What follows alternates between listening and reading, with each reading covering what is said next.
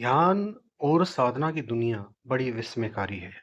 जो साधक ध्यान करते हैं, चक्र साधना करते हैं, कुंडलिनी साधना करते हैं, वो कभी ना कभी ध्यान की अंतरंग अवस्था में पहुंचते ही हैं। ये अंतरंग अवस्थाएं समाधि से संबंधित होती हैं।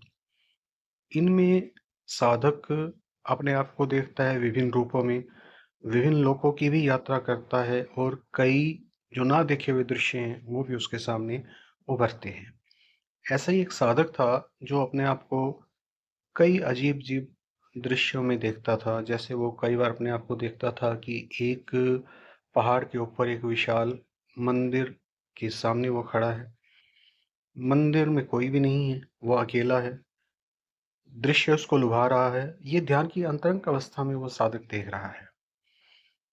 कई बार वो साधक अपने साथ कुछ लोगों को भी देखता था कि कुछ लोग भी उसके साथ हैं।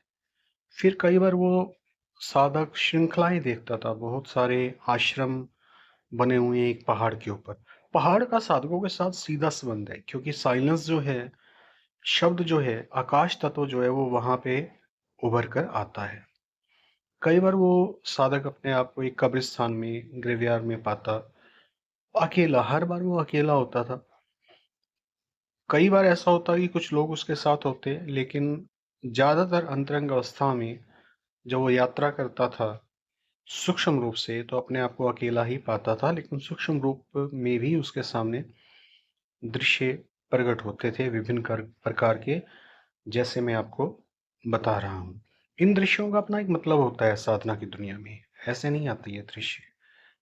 एक बार साधक, जैसे मैंने बताया कि अकेला होता था, एक बार उसको एक ब्लैक शैडो मिलती है।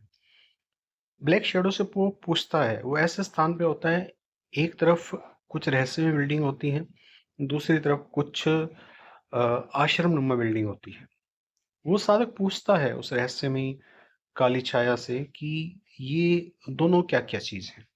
और रहस्यमयी काली छाया जवाब देती है कि एक तरफ मरे हुए लोगों की दुनिया है और एक तरफ साधना कर रहे लोगों की दुनिया है। आप बताओ आपको किस ओर जाना है? वो साधक कहता है कि मुझे मरे हुए लोगों की दुनिया को देखना है।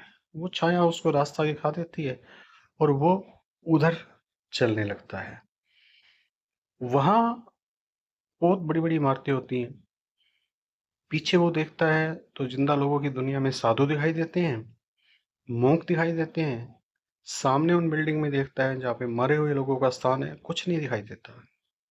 नितांत अकेलापन और नितांत एकाकीपन, यानी कि एक ही और अकेला ही, और कोई भी नहीं।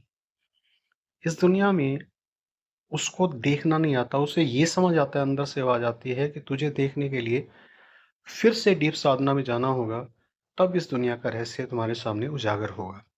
तो इस कड़ी में इतना ही।